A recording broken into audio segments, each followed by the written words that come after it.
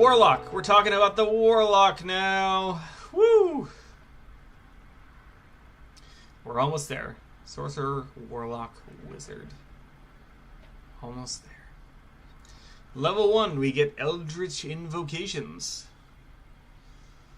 And those invocations are at the end. So we will come back to those later. We also get Pact Magic at level 1. If you want me to do a video on spellcasting, let me know. It would be a separate video. I am just going to focus on the classes for now. So, again, let me know if you want me to cover the spells. Level 2, Magical Cunning. You can perform a rites that lasts 1 minute, or it takes 1 minute. At the end of it, you regain expended Pact Magic spell slots, no more than a number equal to half of your maximum. And once you use this feature, you can't do so again till you finish a long rest. So you get more spell slots. That's nice. That's something that Warlocks have struggled with historically. Level 9, you can contact your patron. Again, something that was missing from Warlocks, so I appreciate this. Level 9, you can communicate directly. You always have Contact Other Plane prepared. And you can cast it without using a spell slot to contact your patron. That would be kind of dirty if your patron made you use a spell slot in order to contact them. That kind of sucks. But hey, that's how Warlock packs work. Or I guess they don't work that way, but I wouldn't be surprised. But it's nice that it doesn't work that way. And then, let's see. Once you automatically succeed on the spell saving throw, and you can do that once per long rest. At level 11, you can choose a level 6 Warlock spell. And you can expend the spell once without expending a spell slot. And you finish a long rest before you can do it again. And you gain another Warlock spell of your choice that can be cast in this way for level 7, 8, and 9. And you regain all your uses of Mystic Arcanum when you finish a long rest. Whenever you gain a Warlock level, you can replace one of your Arcanum spells with another Warlock spell of the same level.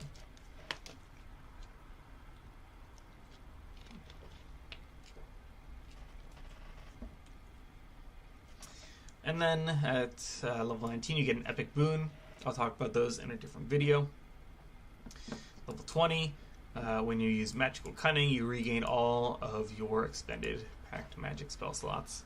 I appreciate that. So that is a good capstone. Just refresh the whole thing. I appreciate that. Alright. It's maybe not the best capstone, I'd say, for like every class. But I feel like for the Warlocks to have limited spell slots, it's good. I like it. Alright. Here are the invocations. Agonizing Blast. Choose one of your known Warlock cantrips that deals damage. You can add your Charisma modifier to that spell's damage rolls. And you can take that multiple times for different cantrips. Armor of Shadows. You can cast Mage Armor on yourself without expending a spell slot. Ascendant Step. You can cast Levitate on yourself without expending a spell slot. Devil's Sight. You can see normally in dim light and darkness. Thank you for the clarification, because it was just darkness before. Both magical and non-magical. Thank you. Within 120 feet of yourself.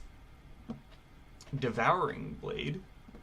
The extra attack of your Thirsting Blade confers 2 extra attacks rather than 1. So hey, Warlocks can get up to 3 attacks with this. That's nice. I really like that. That's great. Eldritch Mind. You have advantage on con saves to maintain your concentration. Cool. That's the same. Eldritch Smite. Once per turn, when you hit a creature with your pact weapon, you can expend a pact magic spell slot to deal an extra 1d8 force damage, plus 1d8 per level of the slot. And you can knock the target prone if it is huge or smaller. Wow, for free, no save on the prone. That is pretty great. That is huge. Eldritch Spear. Choose a cantrip that deals damage, has a range of 10 or more feet, and its range increases a number of feet equal to 30 times your Warlock level. Wow! So at level 10, that's 300 feet.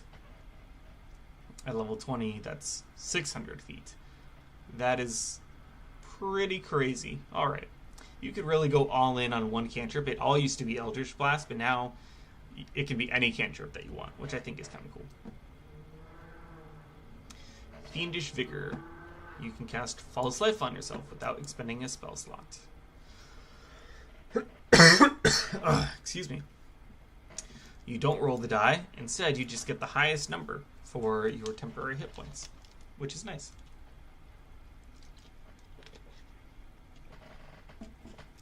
That is a good buff. Gaze of Two Minds.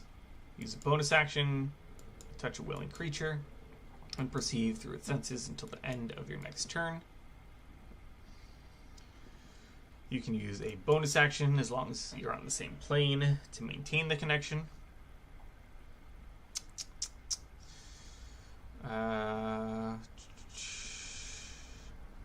While perceiving through their senses, you benefit from any special senses that they have. So if the fighter has blind sight, cool, you have blind sight. That's great. And hold up, here's the buff. You can cast spells as if you were in your space or the other creature's space if the two of you are within 60 feet of each other. That is great. That actually makes me consider taking this invocation, which I would not take previously. Gift of the Depths. You can breathe underwater and you get swim speed. You can also cast water breathing without expending a spell slot one time. And that's once per long rest. Gift of the Protectors. You write some names down in your book equal to or up to your charisma modifier.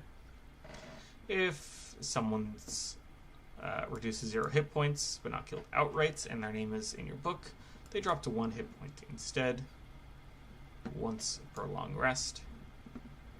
And as a magic action, you can erase a name. Investment of the Chain Master. When you cast Find Familiar, it gets additional benefits. It gets either a fly speed or a swim speed. You can use a bonus action to make it attack. When it deals bludgeoning, piercing, or slashing damage, it can instead deal necrotic or radiant. It uses your saving throw DC. And you can take a reaction to give it resistance to damage that it takes. Definite buffs here. Before, it had some of this, but not all of it. Lessons of the First Ones. Gain 1 origin feat. That's nice. Hey, cool. If you just want to throw all the Warlock stuff out and just take more feats, great. This is the invocation for you. That's new, and I like it.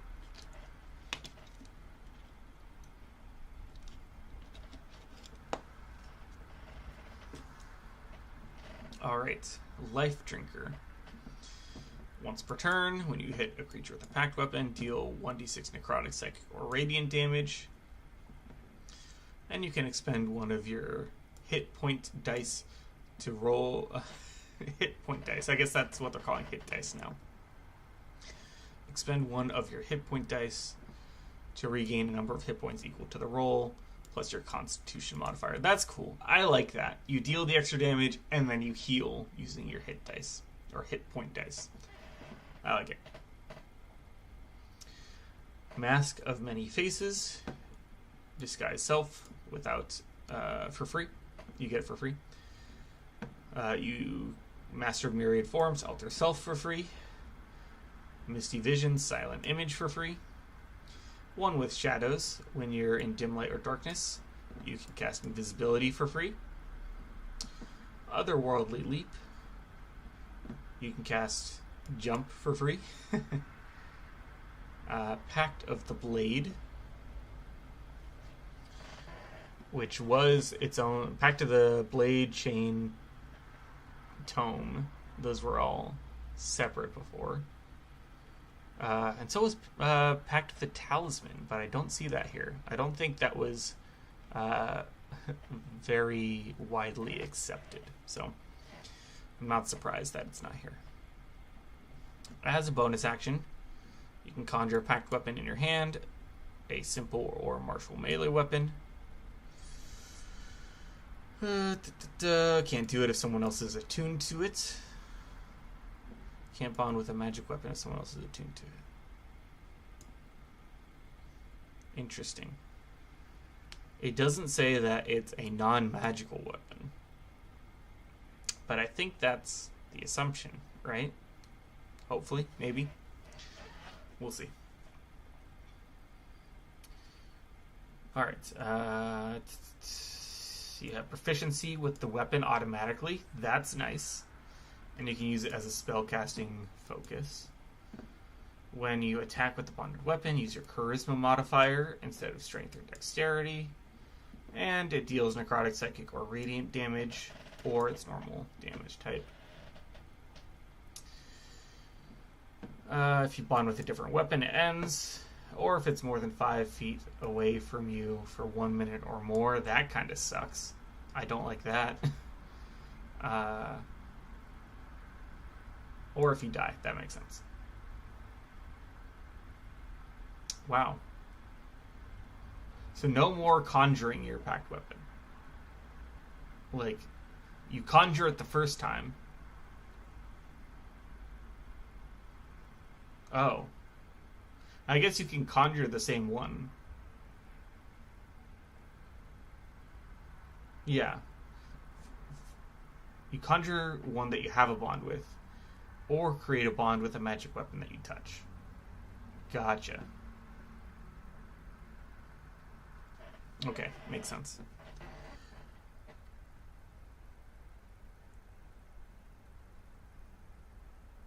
So you have 1 minute if it's away from you to conjure it to yourself. Sucks if you're unconscious. Gotta rebond. Yeah, but it just takes a bonus action.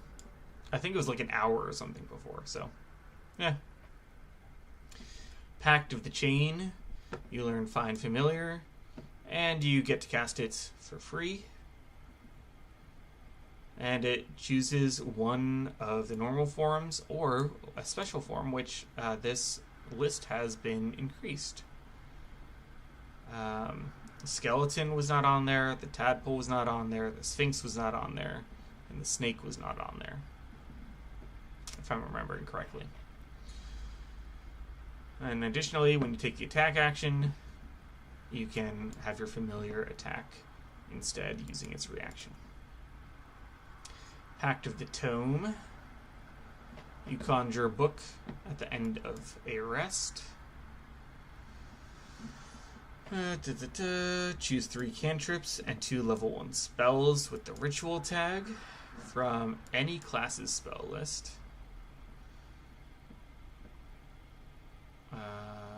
And they must be spells you don't already have prepared. You then have them prepared, and they function as Warlock spells for you, and the book can be used as a spellcasting focus. Nice, simple, nothing really to write home about there. Repelling Blast. Choose a Warlock cantrip with an attack roll. When you hit a large or smaller creature with that cantrip, you can push it 10 feet away from you. Thirsting Blade. You get extra attack for your packed weapon. You can attack twice instead of once. Visions of Distant Realms. You get Arcane Eye to cast for free. Whispers of the Grave. You can cast Speak with Dead for free. And Witch Sight. You gain True Sight to a range of 30 feet. I really appreciate that they removed the invocations that were like, you can cast this spell, but only once, and you have to use the spell slot. So, definite buffs overall, I'd say, to the invocations. This is the Warlock spell list. If you want me to make a video about spells, let me know, and I'll do it. It'll be a different video, but I'm not doing it now because there's so many spells. Alright, let's get into some patrons.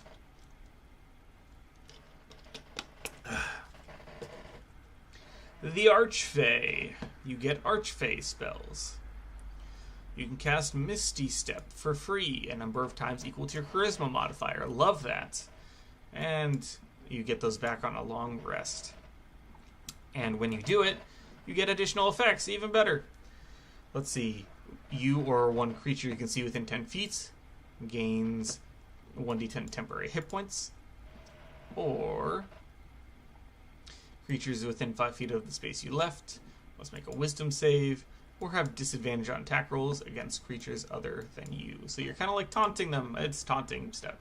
You say, na-na, boo-boo, poof, and they will want to attack you, even though some people might be closer, but you are farther away. Level 6, Misty Escape. You can cast Misty Step as a reaction in response to taking damage. I like that. As a fan of Misty Step, I like it. And you get the following effects. You have the invisible condition until the start of your next turn, or until immediately after you make an attack roll, deal damage, or cast a spell. And then Dreadful Step. Creatures within 5 feet of the space you left or the space you appear in, your choice, must make a wisdom save or take 2d10 psychic damage. Good damage option. I like it. Alright. Level 10, you are immune to being charmed. Awesome. And immediately after a creature hits you with an attack roll, use a reaction to reduce the damage by half. That's nice. Just flat half damage reduction. And then they have to make a wisdom save. If they fail, they take psychic damage equal to the damage that you take. So you're basically giving them half the damage.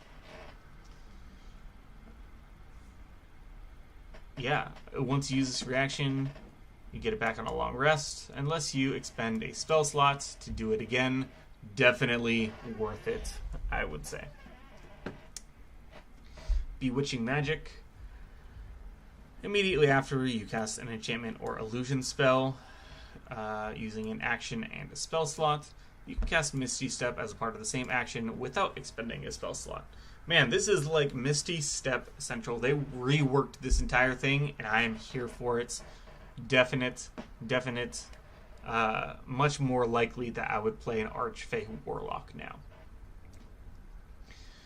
Next is the Celestial Pact. You get your Celestial spells, and you get Healing Light.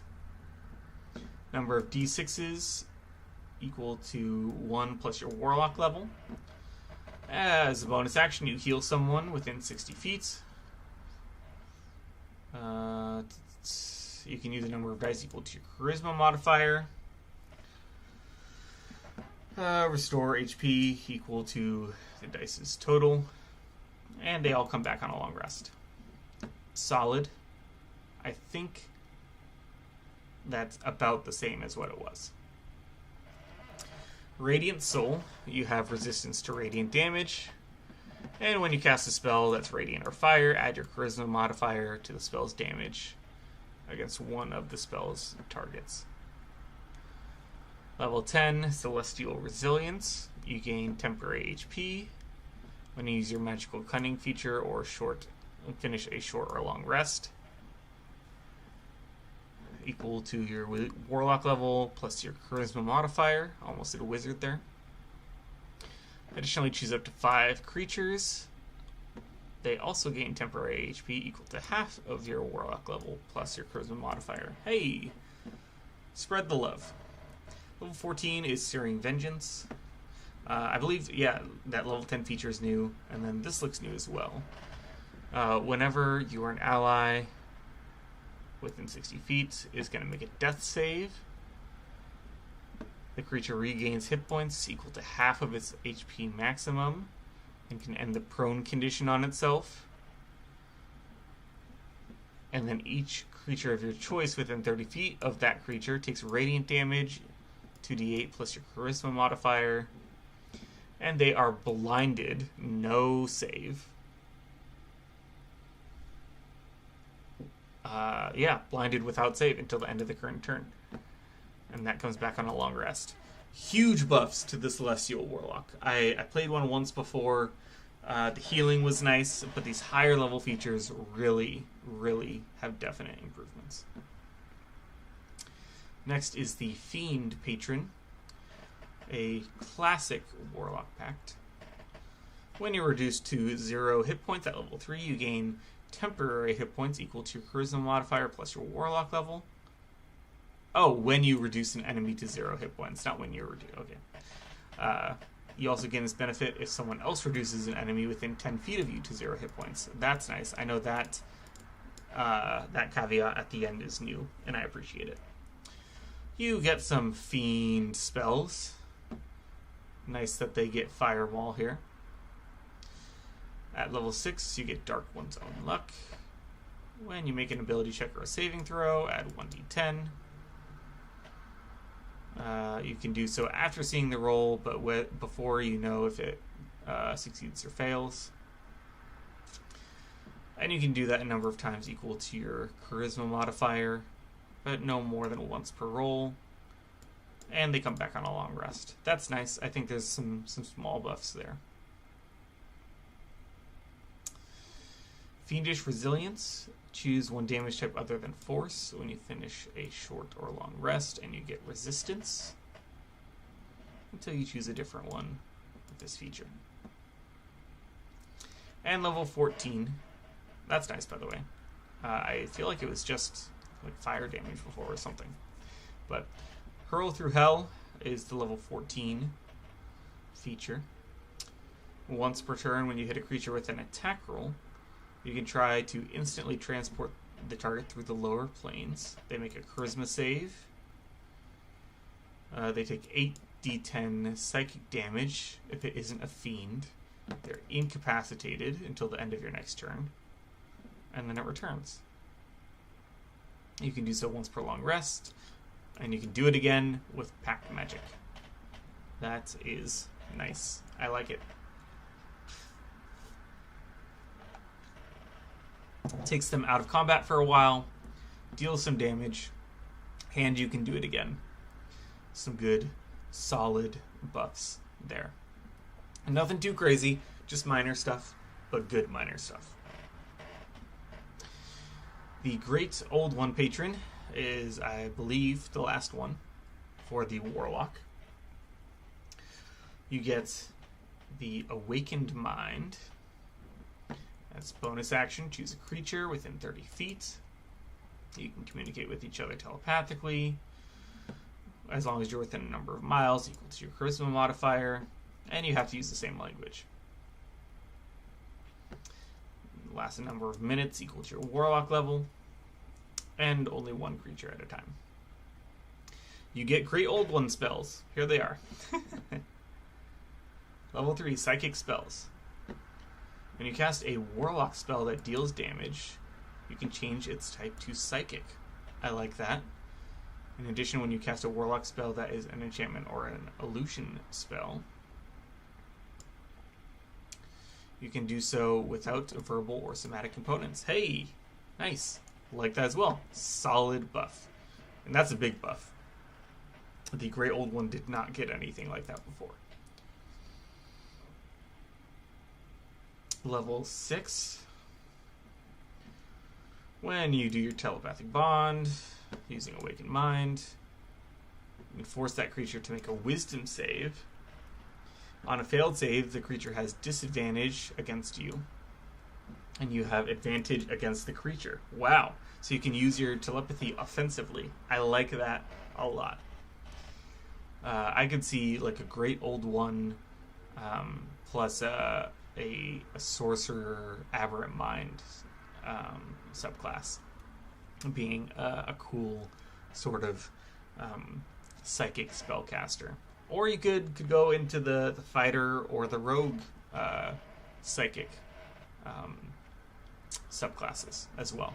This is the first time that I've really felt like, oh man, like, yeah, here are some great multi-class options. But we'll see. It's definitely more costly now that all the subclasses come at level 3. This feature comes back on short or long rest, or you can use Pack Magic to do it again. At level 10, you always have Hex prepared.